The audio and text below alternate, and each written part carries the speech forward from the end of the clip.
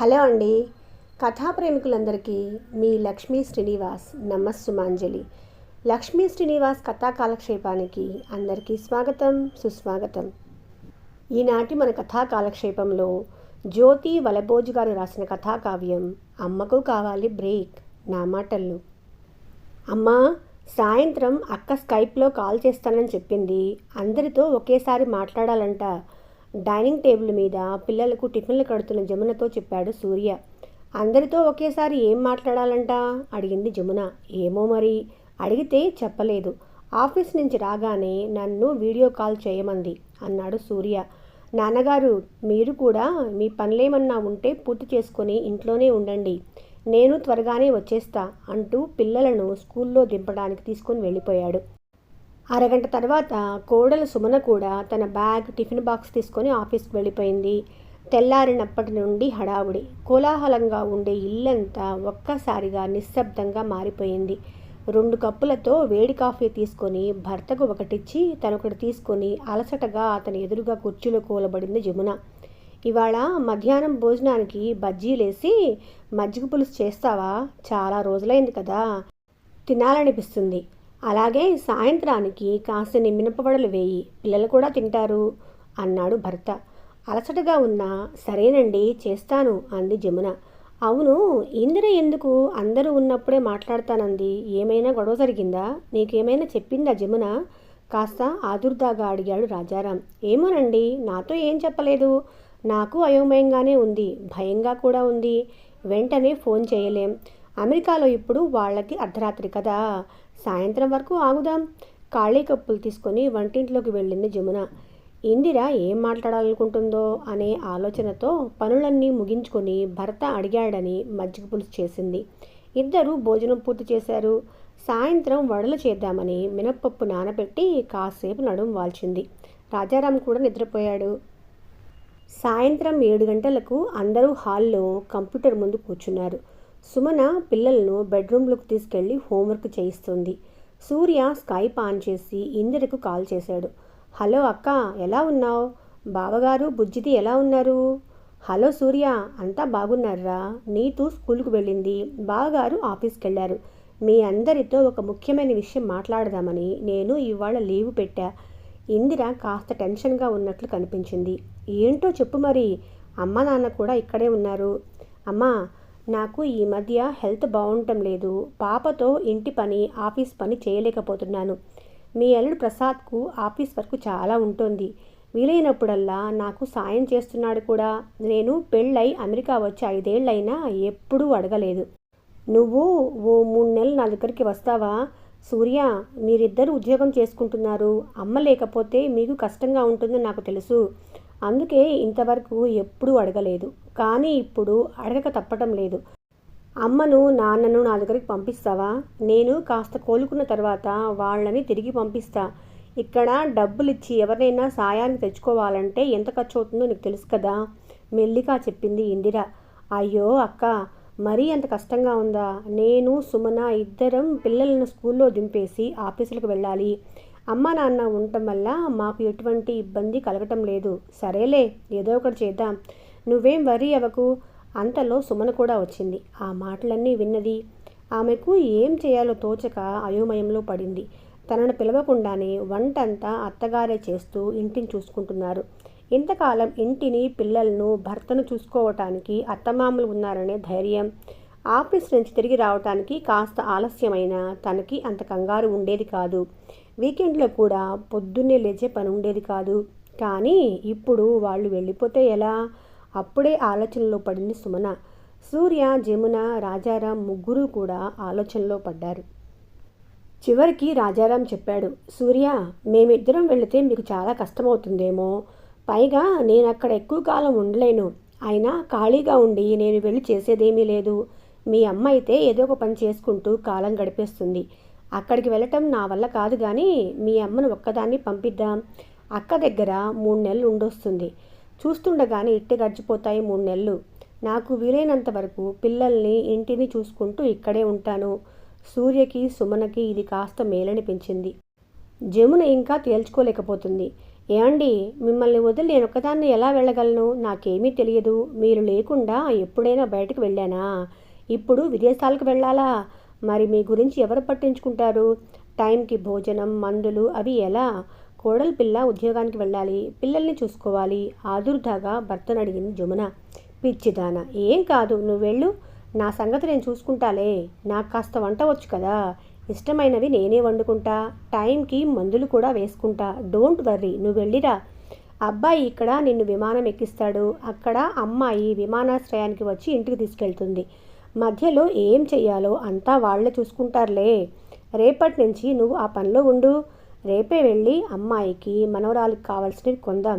హాయిగా పడుకో, అనునయంగా చెప్పాడు రాజారాం. 4 రోజుల్లో జమున పాస్పోర్ట్, వీసా అన్నీ సిద్ధమయ్యాయి. ఇందిర టికెట్ పంపించింది. ఇష్టం లేకున్నా సుమన షాపింగ్, ప్యాకింగ్ చేయటంలో సహాయం చేసింది. అత్తగారు లేకుండా ఇంటి పనులన్నీ ఎలా చేసుకోవాలో అర్థం ఆమెకు కావటం లేదు. జమున, రాజారాం కూడా ఇన్ని నెలలు ఒకరినొకరు ఎప్పుడూ వదిలి ఉండలేదు. ఇదే మొదటిసారి కావటంతో వాళ్ళిద్దరు కూడా దిగులుగానే ఉంది. పైకి మాత్రం ధైర్యంగా కనిపిస్తున్నారు. జమున ప్రతిరోజు భర్తకి ఏమేం చేయాలో, ఎలా ఉండాలో జాగ్రత్తలు చెబుతూనే ఉంది. జమున బయలుదేరే రోజు రానే వచ్చింది. అటు ఇందిర, ఇటు సూర్య కలిసి జమునకు ఎప్పుడెప్పుడు ఏం చేయాలో చెప్తూనే ఉన్నారు. అందరూ కలిసి ఎయిర్పోర్ట్కు వెళ్ళారు. మధ్యలో లండన్లో ఆగినప్పుడు కూడా పిల్లలు జమునతో మాట్లాడుతూనే ఉన్నారు. ఎలాగైతేనేం జమున ఒంటరిగా అమెరికా చేరింది. అందరితో పాటు లైన్లో వెళుతూ చెక్కింగ్ అవి పూర్తి చేసుకొని అటు ఇటు చూసుకుంటూ బయటకు వచ్చేసరికి అల్లుడు ప్రసాద్ ఆమె కోసం ఎదురు చూస్తూ కనిపించాడు. వెల్కమ్ టు అమెరికా అత్తయ్య గారు. ఇందిర, నీతు ఇంటి దగ్గరే ఉన్నారు, పదండి వెళ్దాం అంటూ ట్రాలీని అందుకొని కారులో సామాన్ ఎక్కించుకొని ఇంటికి బయలుదేరారు. రాత్రి సమయం కావటంతో బయట అంతా చీకటి. 20 నిమిషాల తర్వాత ఇల్లు చేరారు. అప్పుడు వాళ్లకు ఎండాకాలం కావటంతో చలి ఎక్కువగా లేదు. కారు గరాజ్లో పార్క్ చేసి ఇంట్లోకి రాగానే ఇందిర, నీతు ఎదురొచ్చి ప్రేమగా కౌగలించుకున్నారు. ఇందిరకు ఎలా ఉందో అని భయపడుతూ వచ్చింది జమున. కానీ కూతురు తను భయపడినట్లుగా లేకపోవడంతో హమ్మయ్య అని నిట్టూర్చింది. ఆ రాత్రి భోజనాలు చేసి అందరూ పడుకున్నారు. గంటల కొద్దీ ప్రయాణం వల్ల జమున కూడా అలసిపోయింది. తెల్లవారి మాట్లాడుకోవచ్చులే అనుకుని నిద్రపోయింది. తెల్లవారి మెలకు వచ్చేసరికి టైము 10 అవుతుంది. శనివారం కావటంతో ఇందిర, ప్రసాద్, నీతు ఇంట్లోనే ఉన్నారు. అత్తయ్య గారు, ఇవాళ మీకోసం మసాలా దోశలు రెడీగా ఉన్నాయి, నేనే చేశా. మీ అమ్మాయి అస్సలు సాయం చేయలేదు. తొందరగా తినేసి ఎలా ఉన్నాయి చెప్పాలి అన్నాడు ప్రసాద్. అవునమ్మా, ప్రసాద్ వంట నాకంటే చాలా బాగా చేస్తాడు తెలుసా. ముందు దోశలు తినేసేయి, తర్వాత స్నానం చేద్దువు గాని అని చెప్పింది ఇందిర తను ముందుగా దోశ తింటూ. ఇది మరీ బాగుందే, స్నానం పూజ లేకుండా తినటము. ఇప్పుడే వస్తానుండు అంటూ వెళ్ళి స్నానం చేసి దేవుడి దగ్గర దీపారాధన చేసుకొని వచ్చింది జమున. వాళ్లతో పాటే కూర్చొని మనవరాలకు తినిపిస్తూ తను కూడా టిఫిన్ చేసింది. ప్రతిరోజు అందరికీ చేసి పెట్టి చివరగా తను తినే జమున మొదటిసారిగా ఇంత పొద్దున్నే టిఫిన్ తింటోంది. అది కూడా తను కూర్చున్న దగ్గరకు తెచ్చి టిఫిన్ ప్లేట్ చేతికి ఇచ్చారు. అంతా కొత్త కొత్తగా ఉంది. ఇందిరకు ఆరోగ్యం సరిగ్గా ఉండకపోవడంతో 10 రోజులు ఆఫీస్కి సెలవు పెట్టింది. వంట జమున చేసింది. ఇంకా ఏదైనా చేద్దామంటే ఆ ఇంట్లో ఎక్కువ పని ఉండేది కాదు. వంట చేసి గిన్నెలు కడిగేస్తే చాలు. బట్టలు వారానికి 2 సార్లు వాషింగ్ మిషన్లో వేయటం, ఇల్లు క్లీన్ చేసుకోవటం అంతా ఇందిర, ప్రసాద్ కలిసి చేసుకునేవారు. అక్కడ చికాగోలో ఉన్న తెలుగు సాహితీ సమాఖ్య సంస్థలో చేరి తనలాంటి భాషాభిమానులను కలుసుకొని ఎన్నో విషయాల మీద చర్చిస్తూ మంచి పుస్తకాలు చదువుకుంటూ అప్పుడప్పుడు తోచింది రాసుకుంటూ కాలం గడిపేసింది జమున. 2 రోజులకోసారి భర్తతో, కొడుకుతో, పిల్లలతో, కోడలితో మాట్లాడుతూనే ఉంది. జమున అమెరికాలో ఎంత హాయిగా ఉందో ఇక్కడ హైదరాబాదులో ఇంటి పరిస్థితి అంత గందరగోళంగా మారింది. 10 మంది చేసే పనులన్నీ తానొక్కతే చేసే జమున లేకపోవడంతో ఆ ఇంట్లో 3 చేసినా కానీ ఇంకా పని మిగిలిపోతుంది. టైంకి లేచి తయారై ఆఫీస్కి వెళ్ళే సూర్య కూడా పొద్దున్నే లేచి భార్యకు వంటలో సాయం చేయటం, పిల్లలను రెడీ చేయటం వంటి పనులన్నీ చేస్తున్నాడు. అంతేకాక శనాదివారాలు రెస్ట్ పేరుతో బయట తిరగడం మానేసి సూర్య, సుమన కలిసి ఇంట్లో పనులు చేసుకోవటం, కావాల్సిన సామాన్లు తెచ్చుకోవటం అలవాటు చేసుకున్నారు. నిద్ర లేచింది మొదలు తనకు ఎప్పుడేది అవసరమో అడగకుండానే అమర్చిపెట్టే భార్య లేకపోవడంతో రాజారాం కూడా అవస్థలు పడుతున్నాడు. కానీ కోడలు చేసి పెట్టింది తినక తప్పటం లేదు అతడికి. జమున ఉన్నప్పుడు భోజనం ఎప్పుడూ వేడిగా వడ్డించేది. ఇప్పుడు కోడలు పొద్దున్నే వండి పెట్టి వెళితే మధ్యాహ్నం వరకు చల్లబడిపోయినా అలాగే తినేస్తున్నాడు రాజారాం. అందరూ వెళ్ళిపోయాక ఇల్లంతా బోసిపోయి ఉండేది. మెల్లిగా అందరూ సర్దుకోసాగారు. కానీ సుమనకు పొద్దునే నిద్ర లేవటం, వంట చేసి పిల్లల్ని తయారు చేసి బాక్సులు సర్ది వాళ్లను స్కూల్కి పంపటం, ఇంట్లో మామగారికి తనకు భర్తకి కావలసినవి చేసుకొని ఆఫీస్కు బయలుదేరి వెళ్ళటం, సాయంత్రం ఆఫీసులో తొందరగా బయటపడి ఇంటికి చేరుకొని మళ్ళీ పనులను చేసుకోవటం, ఇదంతా సుమనకు ఊపిరాడినట్లుగా ఉంది. ఇంట్లో అందరికి చుక్కలు కనపడసాగాయి. సుమనకైతే చుక్కలకు ఆవల లోకాలు కూడా కనపడుతున్నాయి. ఎలాగో 2 నెలలు గడిచిపోయాయి. ఒకరోజు రాత్రి జమున నిద్రపోయే సమయంలో భర్త నుంచి ఫోన్ కాల్ వచ్చింది. జమున, ఎలా ఉన్నావు? సారీరా. అయ్యో, ఏమైందండి? సారీ ఎందుకు చెప్తున్నారు? ఇన్నేళ్ల నుంచి నువ్వు ఇంటి కోసం, నా కోసం, పిల్లల కోసం అహర్నిశలు ఎంత కష్టపడుతున్నావో నువ్వు దూరంగా వెళ్ళాక కానీ మాకు అర్థం కాలేదు. నువ్వొక్కదానివి సునాయాసంగా చేసిన పనులు మేము ముగ్గురం కలిసి చేసినా పూర్తి కావటం లేదు. ఉద్యోగాలు చేస్తున్నాం కాబట్టి మాకు విశ్రాంతి కావాలనుకున్నాం, కానీ నీకు కూడా విశ్రాంతినివ్వాలనే విషయం మాలో ఏ ఒక్కరం కూడా ఆలోచించలేదు. కనీసం నీకు పనిలో సాయం కూడా చేయలేదు.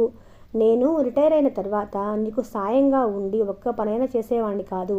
అసలు నువ్వు ఇంట బయట ఇన్ని పనులు చేసేదానివో నాకు అర్థం కావటం లేదు. భర్త ప్రశ్నలకు ఏం జవాబు చెప్పాలో, ఎలా స్పందించాలో అర్థం కాలేదు జమునకు. సరే మరి, మేమంతా బాగానే ఉన్నాం, కానీ నువ్వు పడుకో ఇక. చాలా పొద్దుపోయింది కదా. ఇంకా ఉండాలనుకుంటే మరో 3 నెలలు ఉండిరా. మాకేమీ పర్వాలేదు, ఇక్కడ అందరం అలవాటు పడ్డాం అంటూ కాసేపు మాట్లాడి ఫోన్ పెట్టేశాడు రాజారాం. జమున పడుకున్నదన్న మాటే కానీ చాలాసేపు ఆమెకు నిద్ర పట్టలేదు. భర్త, కొడుకు, కోడలు పడుతున్న కష్టాల గురించి ఆలోచించసాగింది. రాత్రి 2 గంటలకు కానీ నిద్ర పట్టలేదు ఆమెకు. వారం రోజుల తర్వాత సాయంత్రం కూర్చొని కథ రాసుకుంటుంది జమున. ఆ సమయంలో ఆఫీస్ నుంచి సూర్య నుంచి ఫోన్ కాల్. అమ్మా, ఎలా ఉన్నావు? అక్క వాళ్ళంతా బాగున్నారు కదా? అక్క ఆరోగ్యం కుదుటపడిందని చెప్పిందిలే. నువ్వు అమెరికా వెళ్ళటం మంచిదే అయిందిలే. లేకుంటే మేము ఎప్పటికీ నీ గురించి ఆలోచించేవాళ్ళం కాదు.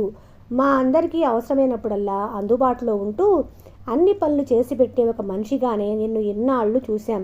ఇంట్లోకి ఎన్ని వెచ్చాలు కావాలో, దానికి ఎంత బిల్ అవుతుందో, నెలకు ఎంత ఇంటి ఖర్చు ఎంత అవుతుందో కూడా నాకు ఇప్పుడు తెలిసొచ్చిందమ్మా.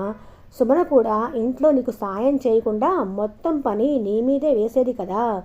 నువ్వు పనిచేస్తుంటే తన రూమ్లోనే కూర్చొని వాళ్ళమ్మతో ముచ్చట్లేసుకుంటూ ఉండేది, కానీ పనిలో నీకు సాయం వచ్చేది కాదు. ఇప్పుడు అన్నీ చేసుకునేసరికి తనకు తాతలు దిగి వస్తున్నారు. ఏది పూర్తిగా చేయలేకపోతుంది. అత్తయ్య ఉంటే ఎంత బాగుండేది. నాకు చాలా నీరసంగా ఉంటుంది, నిద్ర కూడా సరిపోవటం లేదని అంటుంది. నాకు అయ్యో అనిపించినా కానీ కనీసం ఇలాగైనా నీ విలువ సుమన తెలుసుకోగలిగినందుకు, అక్క దగ్గర నువ్వు హాయిగా నీకు నచ్చిన పనులు చేసుకుంటూ, చదువుకుంటూ, రాసుకుంటూ ఉన్నందుకు నాకు సంతోషంగా ఉందమ్మా. నీకు ఉండాలనిపిస్తే ఇంకా కొద్ది నెలలు అక్క దగ్గరే ఉండు, రెస్ట్ తీసుకో, మేము చేసుకుంటాంలే అన్నాడు. జమునకు ఒక్కసారిగా కళ్ళల్లో నీళ్లు తిరిగాయి. అయినా తమాయించుకుంది. వద్దురా, నేనుండను. 3 నెలలున్నాగా చాలే. నేను లేకుండా మీకందరికీ ఎంత కష్టమవుతుందో నాకు తెలుసు. మొత్తం పనులన్నీ చేయలేకపోయినా మీరంతా తలా ఒక పని చేస్తూ నాకు శ్రమ తగ్గిస్తే చాలు అని చెప్పింది. తర్వాత పిల్లల గురించి కొద్దిసేపు మాట్లాడాక ఫోన్ పెట్టేసింది. అలాగే ఆలోచిస్తూ కూర్చుండిపోయింది.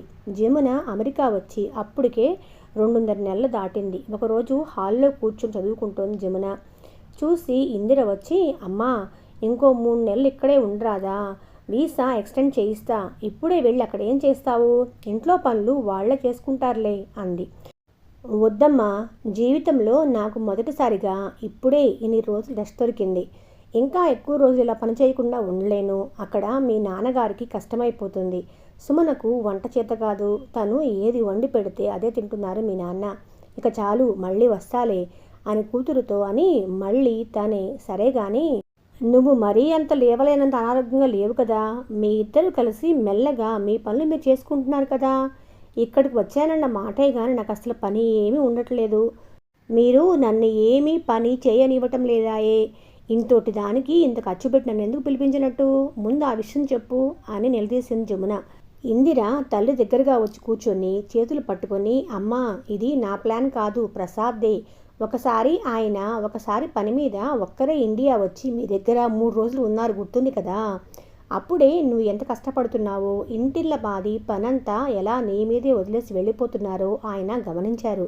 నీకు కూడా రెస్ట్ అవసరమని, నీ పని తగ్గించాలని, నీ పనిలో భాగం పంచుకోవాలని ఏ ఒక్కరూ అనుకోవట్లేదని ఆయన చాలా బాధపడ్డారు. అందుకే నా అనారోగ్యం సాకు పెట్టి నిన్ను ఇక్కడికి తీసుకొద్దామన్నారు అని చెప్పింది. తడికళ్లతో జమునకు ఏమనాలో అర్థం కాలేదు. సరే కానీ ఇవాళ షాపింగ్కి వెళదాం, అందరికీ చాక్లెట్లు గిఫ్ట్స్ కొందాం అని ఇందిర లోపలికి వెళ్ళిపోయింది. ఇంతలో ఫోన్ మోగింది. జమున మరదలు శోభ వాట్సాప్ కాల్ చేసింది. హలో వదినా, ఎలా ఉన్నావు? నీకేంటి అక్కడ హాయిగా ఉన్నావు, ఇక్కడ అన్నయ్య నీ కొడుకు కోడల పరిస్థితి బాలేదు, ఇంటా బయట పనులు చేసుకోలేకపోతున్నారు అని నవ్వింది. అవును శోభ, నాకు తెలుసు, ఇంకో 15 రోజులు తిరిగొచ్చేస్తున్నానులే. ఇక్కడ పనేమీ చేయకుండా ఉండాలంటే నాకు కూడా పిచ్చెక్కిపోతుంది. రెస్ట్ చాలా ఎక్కువైందనిపిస్తుంది. తీసుకున్న బ్రేక్ చాలు. ఎప్పుడెప్పుడు నా ఇంటికి వెళదామా అనిపిస్తుంది అంది జమున. వదిన, నీకేంటి హాయిగా కూతురు దగ్గర రెస్ట్ తీసుకున్నావు, మరి నాకెప్పుడొస్తుందో ఇలాంటి బ్రేక్? రెస్ట్ ఏం బ్రేకో ఏమో నాకు తెలుసు. ఇంటికి వెళ్ళాక పరిస్థితిలో మళ్ళీ మార్పేమీ ఉండదని అంటూ నవ్వుకుంది జమున. కథ ఎలా ఉందో తప్పకుండా కమెంట్స్లో తెలియచేయండి. మన కథా కాలక్షేపం కొనసాగుతూనే ఉంటుంది. ఆ ప్రయాణంలో మీరు కూడా భాగమయ్యేందుకు మన ఛానల్ను తప్పకుండా సబ్స్క్రైబ్ చేసుకుని నాకు సపోర్ట్ చేయండి. అలాగే ఇప్పటి వరకు కథ విన్నవాళ్ళు మీకు నచ్చినట్లయితే తప్పకుండా లైక్ కూడా చేయండి.